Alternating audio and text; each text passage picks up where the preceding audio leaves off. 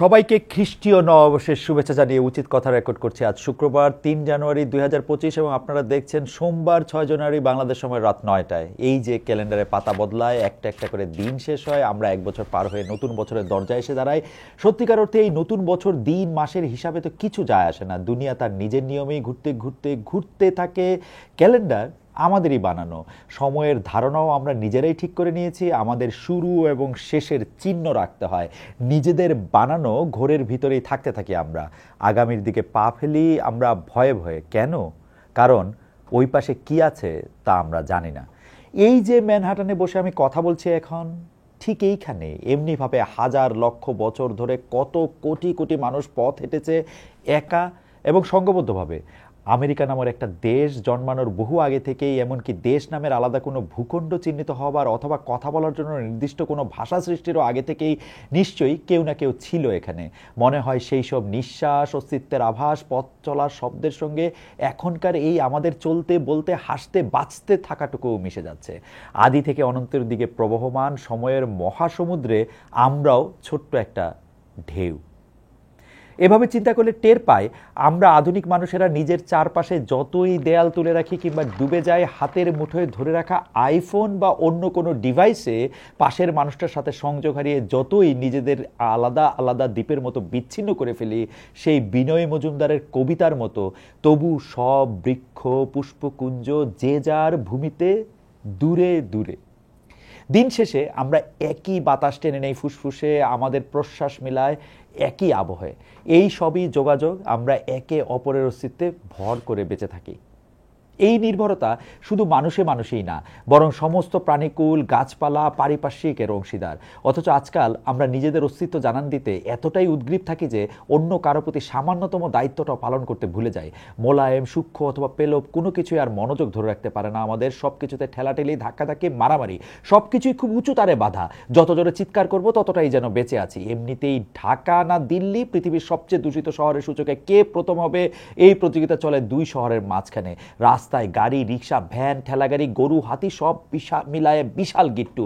একদিকে গাড়ির হর্ন, বাসের ভেপুর, টেম্পুর কুই তো আছেই, অন্যদিকে অনর্গল ডিজেলের ধোঁয়া, আরও আছে চারদিক থেকে 4 রকমের মাইকিং, লাউড স্পিকারের গান, আর তার সাথে 6 দিকে 7 মসজিদ থেকে তারস্বরে বাজতে থাকা 7 রকম আজান। হায় রে, সেই যে শান্ত একটা দিঘির পাশে বসে ভোরে পাখিদের জেগে ওঠার শব্দের সাথে সাথে বাতাসে ভেসে আসতো মুয়াজ্জিনের ডাক, হায়া আলাস সালা, হায়া আলাল ফালা, আর একটা পবিত্রতার বোধ ছড়াতো চারপাশে। সেই সবই মনে হয় গত জন্মের স্মৃতি।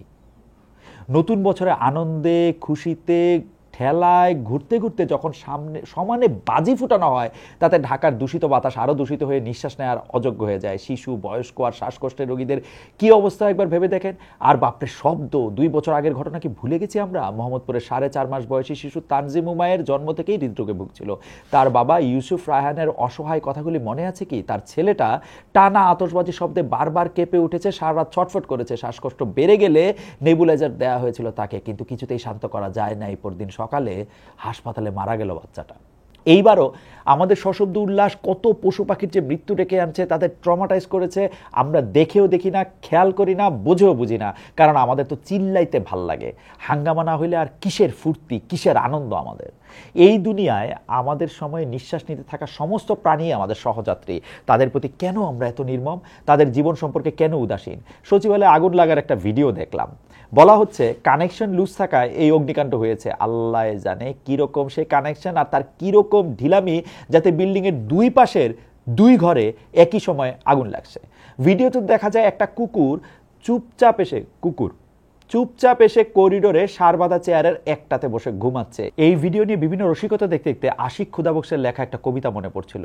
বাঘের গল্পের শুরুতে তার গলায় হাড় ফুটেছিল, তারপর আমরা বাঘ ও সারসের পরোপকার ও কৃতজ্ঞতার মধ্যে মশগুল হয়ে গিয়ে গল্পের শুরুতে বলা হাড়ের উপর রক্ত ও মাংসের প্রলোপে আস্ত একটি প্রাণীর কথা জিজ্ঞেস করতে ভুলে গিয়েছিলাম।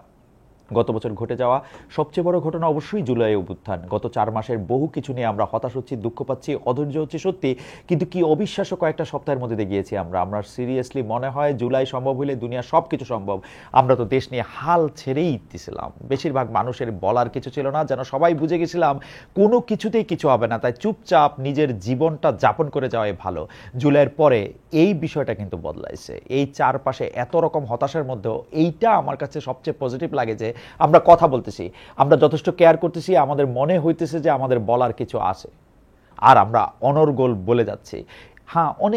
অনেক সময় আমরা বিভিন্ন রকম চিন্তা ভাবনার একটা ঘূর্ণিঝড় তুলে ফেলতেছি চিন্তা ভাবনার, এবং এরকম হইতেছে যে ঝগড়া করেই দিন শেষ হইতেছে, কিন্তু তারপরেও এই কথা বলার ইচ্ছা খুব সুন্দর।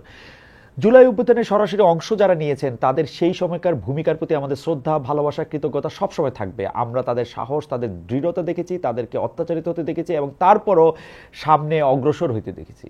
আমাদের সময়ের নায়ক তারাই কিন্তু বিনয়ের সাথে জুলাইয়ের একটা স্লোগান তাদের মনে করায় দিতে চায়, লাখো শহীদের রক্তে কেনা দেশটা কারো বাপের না। সবকিছু এত দ্রুত ঘটতেছে যে অনেক অনুভূতি প্রসেস করার মতো যথেষ্ট সময় আমরা পাচ্ছি না।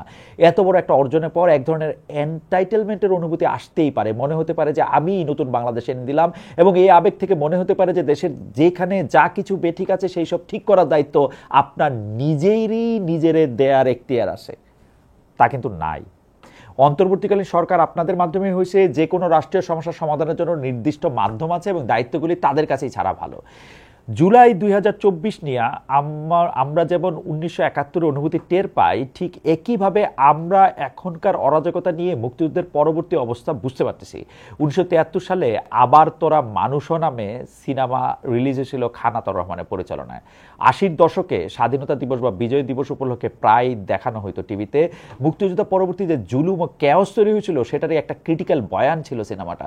হাসিনার আমলে ছবিটা আর পাবলিকলি পাওয়া যেত না। এই সিনেমাটা জুলাই অভ্যুত্থানে যারা সক্রিয় ভূমিকা রেখেছেন তাদের সবচেয়ে বেশি এখন দেখা দরকার। এই যে আমাদের সমন্বয়ক ভাইয়ের প্রাডো গাড়ি চড়ে রিক্সাওয়ালার কাছে যাওয়ার কথা বলেন, আপনারা কি বুঝতেছেন যে তাইলে আপনারা রিপ্রেজেন্ট করতেছেন প্রাডোওয়ালাদের? একজন রিক্সা চালক কিংবা কৃষক কিংবা একজন শ্রমিক কেন আপনাদের তেলে আর বিশ্বাস করবে রে ভাই? আপনারা কি জানেন যে দুনিয়াতে ফ্রি লাঞ্চ বলে কিছু থাকে না? আপনার যে বন্ধুরা এত সব গাড়ি ঘোড়া চড়াইতেছে আপনারা, তারাও আপনার কাছ থেকে কিছু জিনিস আশা করতেছে। আমি একটা কথা বইলা রাখি, এই কথা কিন্তু আমারে অনেক বন্ধু বান্ধব বলছে অনেকবার, যে শেখ হাসিনার আমলে ব্যবসায়ীরা থেকে শুরু করে সবাইকে যেরকম খোপে খোপে বিভক্ত করা হয়েছিল না, প্রাডো গাড়ি যারা আসে আপনি ধইরা নিবেন তার লগে হাসিনার কোনো না কোনো কানেকশন ছিল। যে আপনি যে ওই যে বিএমডাব্লিউ চড়তে চাইতেছেন না, ওই বিএমডাব্লিউ ওয়ালারও হাসিনার লগেই কোনো না কোনো কানেকশন ছিল। এবং এই যে আপনাদের প্রাডো চড়াইতেছে, বিএমডাব্লিউ চড়াইতেছে, মার্সিডিজও নাকি চড়াবে, আপনি যেটা ইচ্ছে এটা আপনাদের চড়বেন, এটা চইরা হে আপনার থেকে কোনো না কোনো কিছু আশা করব। এবং এমনি দুর্নীতি শুরু হয়। রাজনীতিতে সততা সাধারণ চর্মচক্ষে দেখা পাইতে হবে রে ভাই। আমাদের জনগণের বিশ্বাস, তাদের আস্থা একটা বিশাল ব্যাপার। জুলাই অভ্যুত্থানের কারণে সেই বিশ্বাস, আস্থা এবং ভালোবাসা আপনাদের প্রতি এখনও আমাদের আছে, কিন্তু আপনাদের এখনকার কাজ দিয়া সেটা নষ্ট করেন না। আপনাদের প্রতি আমার বিনীত অনুরোধ, আপনারা ছোট ছোট হাসিনা হয়ে উঠেন না। আমাদের এক জীবনে আমাদের যথেষ্ট হাসিনা পাওয়া হয়েছে, আর হাসিনা দরকার নাই আমাদের। যদি আপনারা ছোট ছোট হাসিনায় হয়ে ওঠেন তাহলে এতগুলি মৃত্যু, এত আত্মত্যাগ সব কিন্তু বিফলে যাবে। হাসিনার আওয়ামী লীগরে আমরা অলরেডি খেদাইছি, কাজে তারা আর আমাদের প্রতিপক্ষ না। As a matter of fact, Hasina আপা যদি চুপ করে এসে টুপ করে দেশের মধ্যে ঢুকে পড়তে চায়, তাইলেও তাদের ঠেকানোর জন্য আমরা বিএনপি, গণসংহতি আন্দোলন, বৈষম্য বিরোধী ছাত্র আন্দোলন, বাংলাদেশ জাতীয় পার্টি যে কারো নেতৃত্ব মেনে নেব। শুধু হাসিনা কেন, বাংলাদেশের উপরে বাইরের যে কোনো হুমকিতে আমরা এক যে হইতে পারি সেটার প্রমাণ জুলাইয়ের পরের 4 মাসে আমরা দেখেছি। অগাস্টে বন্যা কীভাবে মোকাবেলা করেছি তার সবাই মিলে, তা নিশ্চয়ই সবাই ভুলে যান নাই। মাত্র কিছুদিন আগে যখন গদি মিডিয়া আর আপার এতিমেরা মিল্লা জিল্লা হিন্দু মুসলমান কাজ্জা লাগাইতে চাইছে, আমরা কিন্তু ধর্ম বিশ্বাস নির্বিশেষে তাদেরকে তাড়িয়েছি। আওয়ামী লীগ অথবা বাইরের যে কোনো শক্তির বিপরীতে আমরা এক সাইডে থাকবো, কোনো সন্দেহ নাই। তবে যখন অন্য কিছু সামনে আসবে, রাষ্ট্র পরিচালনা কেমনে করা হবে, কে করবে, রাষ্ট্রের মূলনীতি কী হবে, আদর্শ কী হবে, কে ক্ষমতা থাকবে, গণতন্ত্রটা আমরা কোন বিচারে দেখব, সেটা কিন্তু একটা ডিফারেন্ট বল গেম। এই বিষয়টা আমাদের মাথায় রাখতেই হইব। এইবার আসি ডিজিটাল নিরাপত্তা আইন বনাম সাইবার সুরক্ষা আইন প্রসঙ্গে। হাসিনার আমলে ডিজিটাল নিরাপত্তা আইনের বদলে বর্তমান সরকার আনছে সাইবার সুরক্ষা আইন। আগের আইনের বহু সমস্যাজনক ধারা এখনো একইভাবে বিদ্যমান। এই আইনের বিভিন্ন ধারায় আগের সরকার বিভিন্ন রকম অত্যাচার করছে মানুষে, যেমন আগেকার আইনের 28 ধারায় ধর্মীয় মূল্যবোধে আঘাত করাকে অপরাধ বলা হয়েছে, এখনকার আইনে সেটা হয়েছে 26 ধারা। কল্লোল মুস্তফা তার ফেসবুক স্ট্যাটাসে বলেছেন, কোনটা যৌক্তিক সমালোচনার কোনটা অনুভূতিতে আঘাত, এগুলি থানা, পুলিশ, আইন আদালতের মাধ্যমে মীমাংসা করতে গেলে জুলুম, অপব্যবহার হওয়ার আশঙ্কা থাকে। তাই এসব নিয়ে আলাপ আলোচনা, তর্ক বিতর্কের মাধ্যমে সামাজিকভাবেই মীমাংসা হওয়া উচিত। ধর্মের বিষয়ে রাষ্ট্রকে টেনে আনা দিন শেষে শুভকর হয় না। কোটেশন শেষ। কল্লোল মুস্তফা আরও কয়েকটা ধারার তুলনা করেছেন, যেমন আগেকার 43 ধারা এখন হচ্ছে 35, যেখানে পুলিশ কোনো ওয়ারেন্ট ছাড়াই তল্লাশি বা গ্রেফতার করতে পারবে। অর্থাৎ এই আইনের মাধ্যমে আসলে আমাদের কথা বলা পরিবেশর ছোট করে দেওয়া হচ্ছে। এই সরকার হাসিনার মতো করেই নিজের ফাঁদে নিজে পড়তেছে, যেন সবগুলি মিডিয়া একসাথে আপনারা ভালো বলতে থাকলে আপনি টিকে যাবেন। আপনারা আমাকে বলেন তো, 3, 4, 5 আগস্টের আগে বাংলাদেশের মিডিয়াগুলি একসাথে হাসিনাকে ভালো বলছে না? হাসিনাকে ভাগতেই হইতো, কিন্তু এরকম ডিজাস্টার করার পরও সে অন্তত 5টা এক্সিট পয়েন্ট পাইছিল, যেটা দিয়ে বিভিন্ন রকম ভুজুং বাজুং দিয়া সে বের হয়ে যেতে পারতো। এই সুযোগটা নিতে না পারার সবচেয়ে বড় কারণ হলো তার অনুগত মিডিয়া। তাদের জন্য শেখ হাসিনা নিজের বিপদ নিজে টের পান নাই, জনবিচ্ছিন্ন থাকছেন। তার প্রতি মানুষের জমতে থাকা ক্ষোভ চাপা পড়ে গেছে তোষামদের তেলে, এবং যে কোনো বিরোধী কণ্ঠকে হাসিনা যেমন জামাত শিবির বা রাজাকে ট্যাগ দিতেন, তার মোশায়েব মিডিয়াও তাই করছে। তারা বলছেন এইগুলারে ধমকি দিলে চলে যাবে, পুলিশ দিলে বের হয়ে যাবে, আমরা আপনাদের সঙ্গে আসি, বলছে না?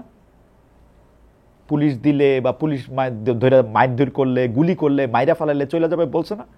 বলছে। সবগুলি মিডিয়া একসুরে শেখ হাসিনার গান গাইছে না, কিন্তু কোনো লাভ হয়েছে শেষে তার? 80 দশকে বিবিসির সাংবাদিকতার একটা উদাহরণ দেয়। 1982 সালে আর্জেন্টিনার যুক্তরাজ্যের মধ্যে 10 সপ্তাহ বিশিষ্ট একটা যুদ্ধ চলতেছিল। ব্রিটেন এবং তার আশেপাশে 14টা দ্বীপ আছে, যারা আলাদা সার্বভৌম রাজ্য হলো। প্রতিরক্ষা আর পররাষ্ট্র বিষয়ক ব্যাপারগুলিতে যুক্তরাজ্যের উপর তারা নির্ভরশীল। এইসব এলাকার বাসিন্দারাও কোনো না কোনোভাবে ব্রিটিশদের উত্তরসূরি, ব্রিটিশ রাজা বা রানীকেই তারা নিজেদের মনার্ক বলে মানে। অন্যদিকে আর্জেন্টিনা মনে করে এইসব দ্বীপ তাদের দখলে থাকার কথা। ফকল্যান্ড দ্বীপপুঞ্জ 14টা রাজ্যের একটা।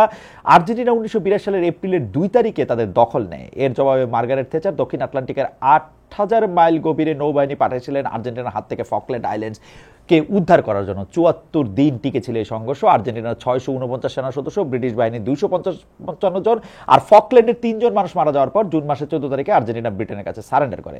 দুই দেশের উপরে এই যুদ্ধের প্রভাব ছিল সুদূর প্রসারী। এই সংঘর্ষের জের ধরে আর্জেন্টিনার সামরিক সরকারের পতন ঘটে এবং গণতান্ত্রিক সরকার ক্ষমতায় আসে। এদিকে এই যুদ্ধের আগে ব্রিটেনের থেচারের অবস্থা মোটামুটি কাহিল ছিল। তখন একদিকে ম্যানুফ্যাকচারিং ইন্ডাস্ট্রিগুলির ত্রাহি মধুসূদন দশা, বাড়তে থাকা বেকারত্ব এবং সরকারের তরফ থেকে ভীষণ রকমভাবে খরচ কমায় দেয়াতে নিজের ক্যাবিনেট, জনগণ সবার কাছ থেকে কথা শুনতেছিলেন থেচার। তিনি একসময় বলছিলেন তিনি কখনো ফিরে তাকান না। ওই সময় মনে হয়েছিল এইবার তার একটা ইউটার্ন নেওয়া লাগবে।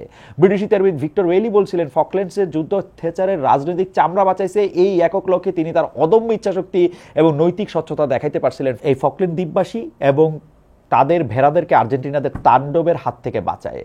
তার আয়রন লেডি খেতাবটাও হাসি ঠাটার খোরাক নয়, আবার উজ্জ্বলভাবে ফিরে আসছিল তার কাছে। থেচার 1990 সাল পর্যন্ত ক্ষমতায় ছিলেন। বিংশ শতাব্দীতে তিনি সবচেয়ে লম্বা সময় ধরে যুক্তরাজ্যের প্রধানমন্ত্রী ছিলেন। কিন্তু এই সময় নাকি থেচার নাকি না সত্যি থেচার বিবিসির নিরপেক্ষ রিপোর্টিংয়ের উপর প্রচণ্ড রেগে গেছিলেন। তিনি বলছিলেন বিবিসি শত্রুদের সাহায্য করছে, কারণ যুদ্ধের সময় তারা ব্রিটিশ সৈন্যরা কোথায় আক্রমণ করতে পারে সে সম্পর্কে রিপোর্ট করত। এই যুদ্ধের 1 বছর পরের এক উইকেন্ডে থেচার নিজের হাতে 17,000 শব্দের একটা লেখায় বিবিসি যেভাবে যুদ্ধের খবর কভার করছে সেই বিষয়ে তার গভীর উদ্বেগ প্রকাশ করেছিলেন। তিনি লিখেছিলেন, আমায় সহ যুক্তরাজ্যের বহু নাগরিক বিশেষ করে বিবিসির আচরণ পছন্দ করতে পারেননি। আমি খুব চিন্তিত ছিলাম এ নিয়ে। অনেক সময় আছে তারা এমনভাবে রিপোর্ট করেছে যে মনে হয়েছে তারা যুক্তরাজ্য আর আর্জেন্টিনা বিষয়ে একটা নিরপেক্ষ অবস্থানে আছে।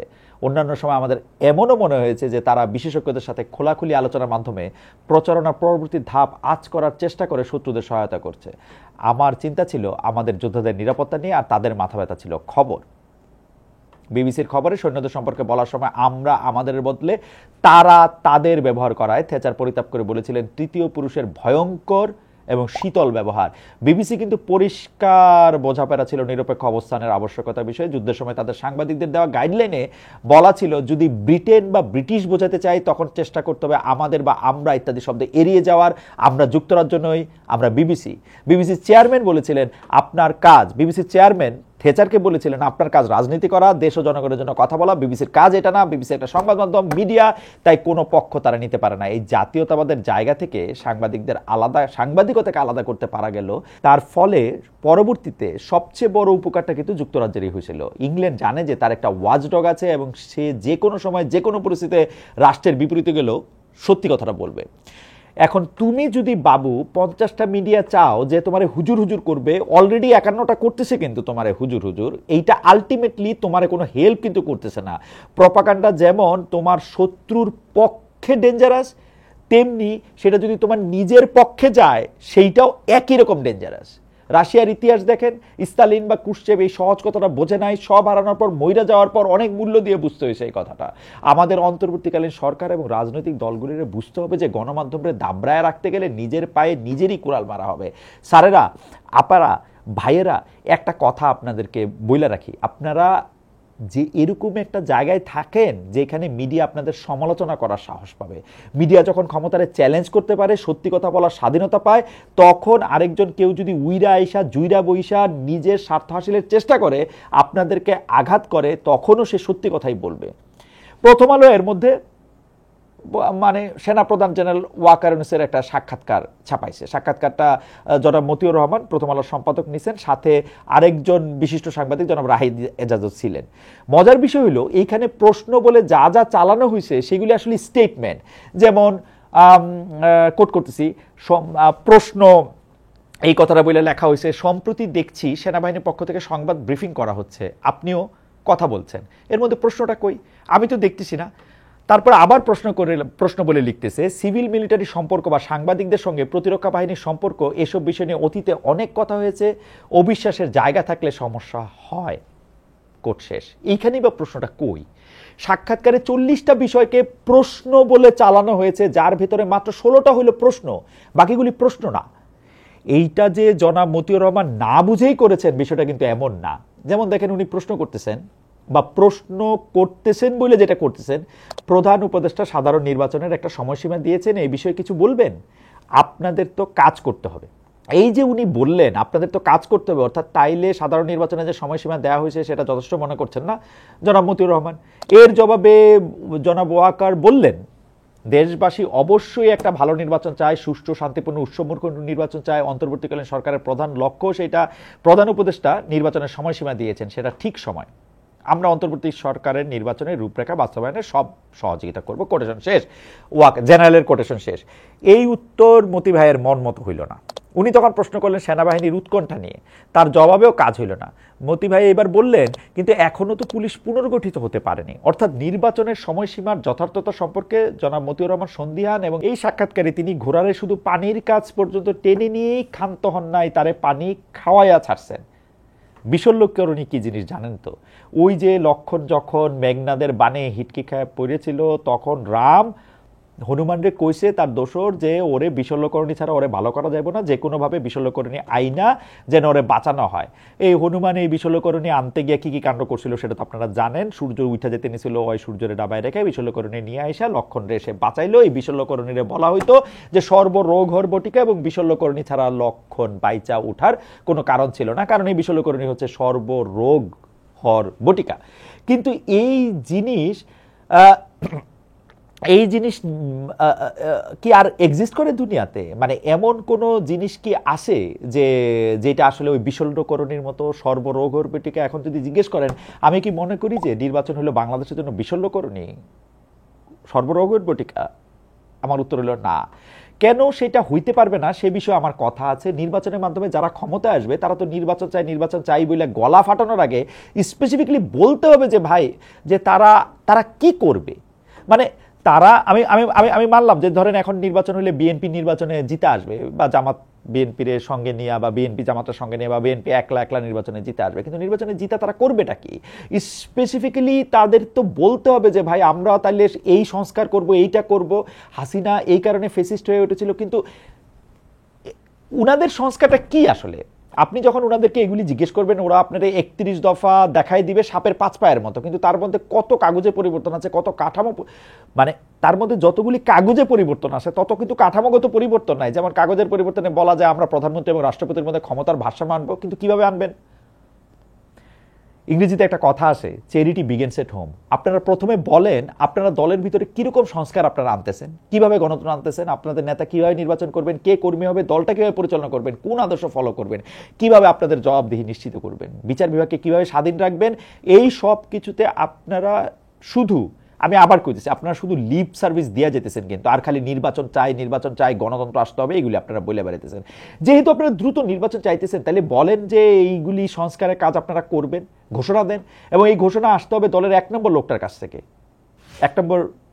এক নম্বর লোকটার কাছ থেকে। আপনারা বলতেছেন না কিন্তু কোন জিনিসটা না করে, মানে কি করবেন আপনারা, এটা আপনারা পরিষ্কার করতেছেন না, কিন্তু আপনারা বলতেছেন না কোন জিনিসটা না করে আপনারা ফেসিবাদী হয়ে উঠবেন না। আপনাদের বাংলাদেশের নির্বাচনে কোনো দলের থেকেই আমরা স্পষ্ট কোনো প্রতিশ্রুতি পাই না। ইশতেহার বলে একটা জিনিস থাকে বটে, ইশতেহারের মধ্যে অনেকগুলি ভালো কথার সন্নিবেশ ঘটান অনেকজন গুরুত্বপূর্ণ অধ্যাপক বিজ্ঞজন মিলা, কিন্তু সেই ইশতেহারও পরে দিয়ে মানা হয় না, এবং ইশতেহারের মধ্যে অনেক কিছু ভেগ থাকে। যেমন আওয়ামী লীগ তার নির্বাচনী ইশতেহারে 2018 আগে লিখছিল যে সকল সংসদ সদস্যদের, আওয়ামী লীগের সকল এমপি মন্ত্রীদের প্রত্যেক বছর তাদের সম্পদের হিসাব দেওয়া হবে। সেই সম্পদের হিসাব চাইতে গেলে তারা বলতো আমরা তো এটা ইয়াকে দেই, মানে বলছিল ইশতেহারে যে পাবলিকলি দেবো, তারপর ওরা বলে যে তারা এটা দেয় হচ্ছে এনবিআরকে বা যাদের কাছে ট্যাক্স টুক্স দেয় তারা তাদেরকে দেয়। সেই জন্য আমরা বলতেছি যে ভাই আপনারা যে ফেসিবাদী হয়ে উঠবেন না, এটা আমরা কেমনে বুঝবো? এখন আপনারা একটা পপুলিস্ট জায়গা থেকে কোনো মতে যা ইচ্ছা বইলা টইলা দুনিয়ার ভালো কথাটা বইলে গিয়ে চেয়ারে বসে পড়েন, আর আমাদেরকে বসাই দেন ইলেকট্রিক চেয়ারে। তখন আমরা থাকি হচ্ছে আপনাদের দয়া, এবং আপনারা তখন শেখ হাসিনার মতো বলতে থাকবেন আমি তোমাদেরকে এইটা দিছি, ওইটা দিছি, টেলিভিশন দিছি, মেট্রো দিছি, দেশ উন্নয়নের জোয়ারে ভাষায় দিছি, আর আমাদের দাঁত কিরমির করতে করতে এগুলি সহ্য করা ছাড়া উপায় থাকবে না। ভোটের মাধ্যমেই হোক আর ভোট ডাকাতি করাই হোক, ইলেকশনের একটা দিন বাদে যে ব্যবহার সরকার আমাদের সাথে করে তা জমিদার আর প্রজার মতন। আমাদের কপাল খারাপ হইল, আমাদের কপাল যে খারাপ এটা আমরা কেমনে বুঝি জানেন? আমাদের এই কপাল খারাপ হইলো যে এই কাজগুলি অনির্বাচিত সরকারও করে, মানে যে মানে মানে নির্বাচিত হয়ে আমগরে জ্বালায়, ভোট ডাকাতি করে আমগরে জ্বালায়, অনির্বাচিত সরকারও এই একই কাজ করে। এই অনির্বাচিত সরকারগুলির কাছ থেকেও আমাদের আশা দ্রুত ফুরায় যায়। আমরা যখন আপনাদের নির্বাচন করতেছি, সুতরাং আমরা যখন আপনাদেরকে নির্বাচিত করতেছি, আমরা যখন আপনাদেরকে ভোট দিতেছি, এই মানে আমগো কথা বাদ দেন, এই যে জেনজিরা বা মিলেনিয়ালরা যারা প্রথমবারের মতো ভোট দিবে, এইটা কিন্তু তাদের আমানত। এই জীবনে তারা ভোট দেয় নাই, কিন্তু মনে রাখেন। তাইলে আপনারা আমাদের সামনে ওয়াদা করেন, বলেন আমি ওয়াদা করতেছি যে আমি যদি নির্বাচনের সংস্কার না করি, মানে নির্বাচনের ব্যবস্থা সংস্কার যদি আমরা না করি, পরপর দুইবারের বেশি যদি প্রধানমন্ত্রী থাকি, আমি যদি বিচার বিভাগ নিয়ন্ত্রণ না করি, আমার যদি ক্ষমতার কোনো ভারসাম্য না থাকে, তাইলে আগামী কল্য হইতে তোমরা আমার নামে এবং আমাকে ভাগাই দিও। সেইটা তো আপনারা কইতেছেন না, আপনারা আছেন ভেগ 31 দফা 43 দফা দফা নিয়ে। আমি কেন বাপু তোমার এখন আর বিশ্বাস করবো? এমন তো না যে আমি বিএনপির জীবনে দেখি নাই, দেখছি তো। আগের চেয়ে কোথায় আপনারা আলাদা হইবেন বলেন তো? নতুন কি করবেন? আরো কিছু কথা আসলে আমার বলার আছে। আশা করতেছি আগামী পর্বে ভ্যাট, দ্রব্যমূল্য এগুলি নিয়ে কথা বলবো। বাংলাদেশে একটা রাজনৈতিক সরকারের দরকার কেন, সেইটা নিয়েও আগামী পর্বে হয়তো আমি কথা বলবো। 31 ডিসেম্বরে জুলাই বিপ্লবের ঘোষণা পর্ব পিছায় নেওয়া হয়েছে 15 জানুয়ারি, কথা বলবো সেই বিষয়ে। 2025-এ আমরা অনেক কথা বলবো, নিজের বাইরেও পাশের মানুষটা নিয়ে ভাববো। যখন আমরা অন্যের সাথে কথা বলি তখন যেন খেয়াল রাখি সে আমার মতোই আরেকজন মানুষ, যাতে সহমর্মিতা থাকে আমাদের মনে। আল্লামা ইকবাল বলেছেন, বাত जो दिल से निकलती है असर रखती है, पर नहीं তাকাতে পারওয়াজ মাগার রাখती है। আমরা মনের কথা বলবো, মনের ভিতর থেকে উঠে আসা সত্যি কথার মতন পাওয়ারফুল খুব কম কিছুই আছে দুনিয়ায়। সবাই ভালো থাকবেন, দেখা হচ্ছে আগামী পর্বে।